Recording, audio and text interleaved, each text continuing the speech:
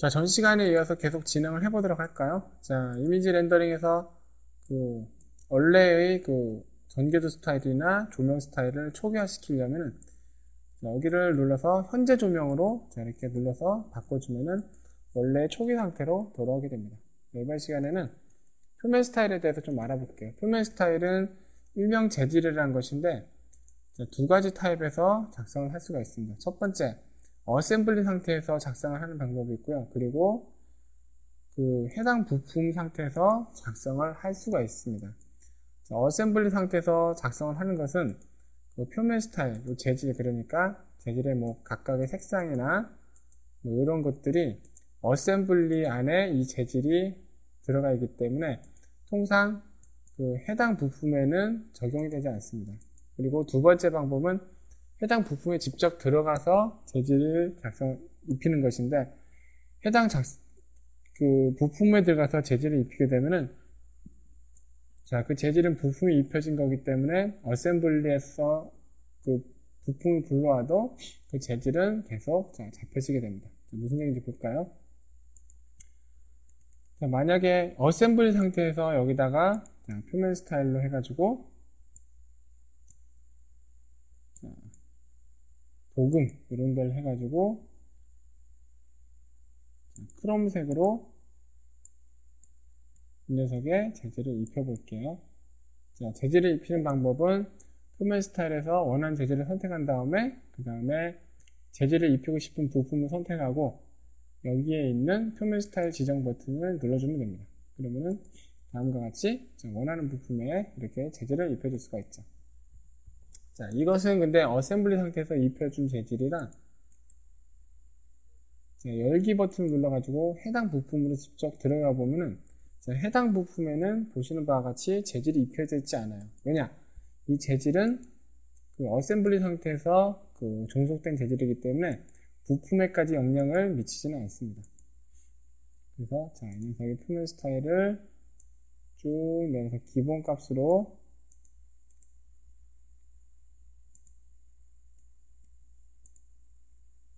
다시 되돌려 놓을게요. 자, 이번에는 부품에서 넣어 보도록 합시다.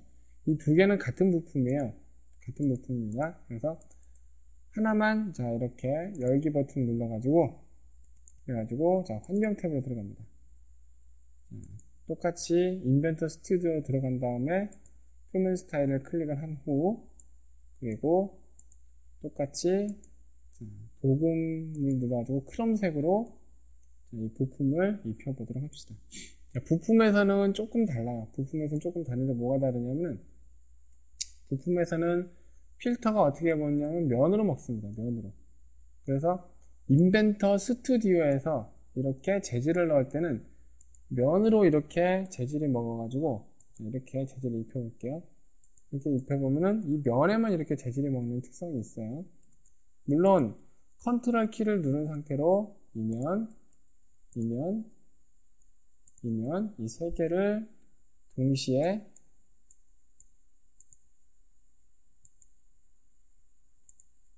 재질을 넣어주면은 재질이 먹긴 하는데 재질에 여러 가지 그 면이 여러 가지 있으면 상당히 껄끄러운 일이 아닐 수가 없습니다. 그래서 만약에 자 여기서 한 방에 재질을 다 넣는 방법은 어떻게 재질을 넣느냐면 볼게요. 표면 스타일로 일단 이 세 개를 전부 다 기본값으로 되돌립니다.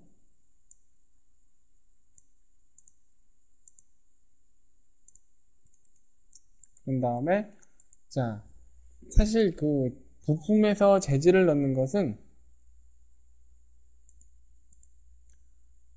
자 표면 스타일을 봅시다. 여기에는 리스트들이 보면은 자 여기서만 들어있는 것이 아니고요.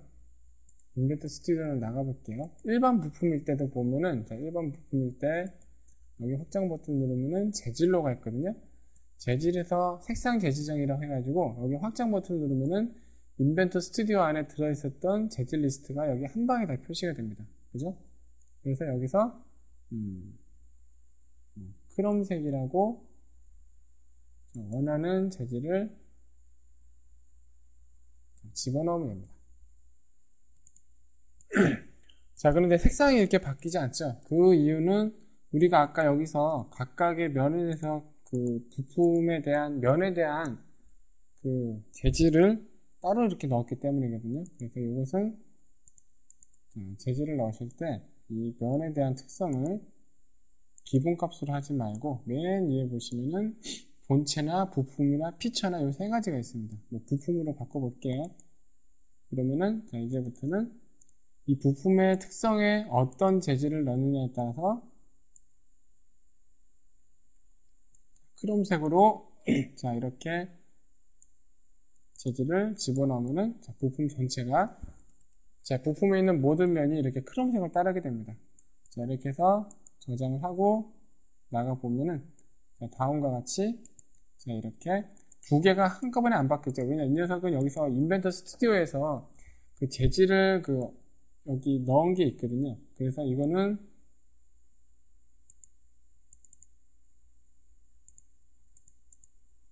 자, 인벤터 스튜디오 마침으로 간 다음에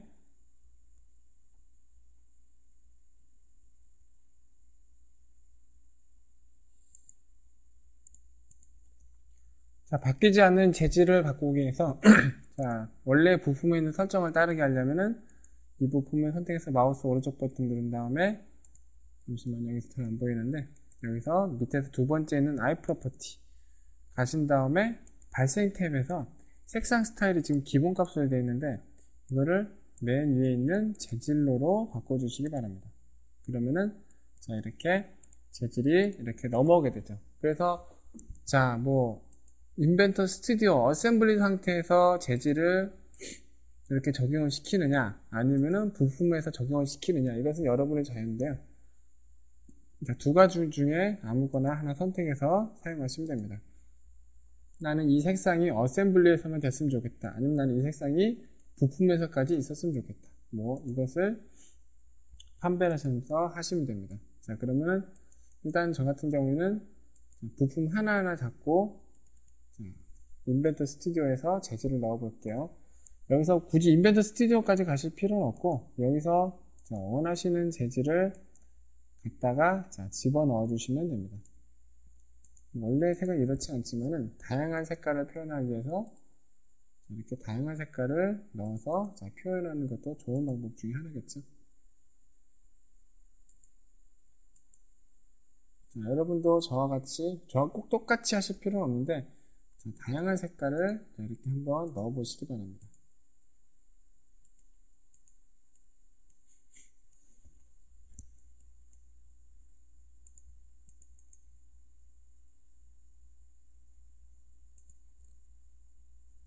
자, 그러면 인벤터 스튜디오의 표면 스타일에서 표면 스타일에 대한 설명을 좀 드릴게요. 자, 표면 스타일에 대한 설명을 드리기 전에 일단 기본적으로 여기서 선택해서 작성하는 법을 좀 알아보도록 하겠습니다. 기본적으로 이게 메뉴가 어떤 거를 하고 있는지 볼게요. 일단 인벤터 스튜디오에서 표면 스타일에는 각각의 그룹으로 이렇게 나눠져 있습니다. 자, 재질에 대한 것이요. 뭐 도금 요원에 가면은 검은색 크롬, 금박색 거칠기, 뭐 금속색 크롬 이렇게 나오고요. 그 다음에 비닐 쪽을 선택하신 다음에 확장을 시켜 보시면은 비닐에 대한 비닐 모양으로 생긴 재질들이 이렇게 있습니다. 석재라고 해가지고요. 돌멩이 같은 재질을 이렇게 나오기도 합니다. 자, 그러면은 아까 말씀드렸다시피 재질을 입히는 방법은 자, 이렇게 입히고 싶은 재질을 선택하고 부품을 선택을 하신 다음에 그런 다음에 여기에 있는 것이 그 표면 스타일 지정이고 그리고 이런 게 있어요. 어셈블리에서 자 여기에 과연 무슨 재질이 들어가 있는지 도저히 모를 때 그랬을 때 자 인벤터 스튜디오에 가셔가지고 표면 스타일을 여신 다음에 자 여기에 무슨 재질이 있을까 그럼 이제 이 부품을 선택을 한 다음에 이거 옆에 표면 스타일 가져오기를 클릭을 하시면은 자, 인벤터 스튜디오가 이 부품에는 어떤 재질이 들어가 있는지를 이렇게 자동으로 찾아줍니다. 이런 식으로 하시면 됩니다. 그러면은 여러분도 저같이 각각의 부품을 열기를 하시거나 아니면은 직접 부품으로 이렇게 들어가셔가지고 인벤터 스튜디오에서 각각의 재질을 넣어 보시기 바랍니다. 근데 여기서는 각각 면에 대해서 넣은 게 아니라 전체로 넣을 거니까 이렇게 상단에 있는 이런 거를 클릭을 해가지고 여기서 원하는 색상으로 집어넣는 게 좋은 방법 중에 하나겠죠. 이렇게 말이죠.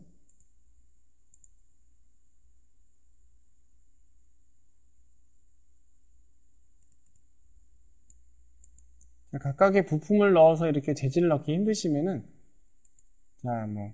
어셈블리에서 표면 스타일을 이렇게 여신 다음에 해당 부품을 선택하고 여기서 그 원하는 색상 같은 거를 이렇게 찾아가지고 이렇게 집어넣으시거나 아니면 해당 부품 선택한 다음에 상단에 있는 재질 입력 창을 이용하셔가지고 여기서 이렇게 재질을 집어넣으셔도 상관없겠습니다. 자, 이렇게 해서 기본적으로 여러분이 원하시는 색깔을 집어넣으시면은 이런 색깔을 넣은 걸 기본으로 나머지 강의를 계속 진행을 해보도록 하겠습니다. 자, 그러면은 다음 시간에는 표면 스타일을 만드는 법에 대해서 우리가 알아보도록 할게요.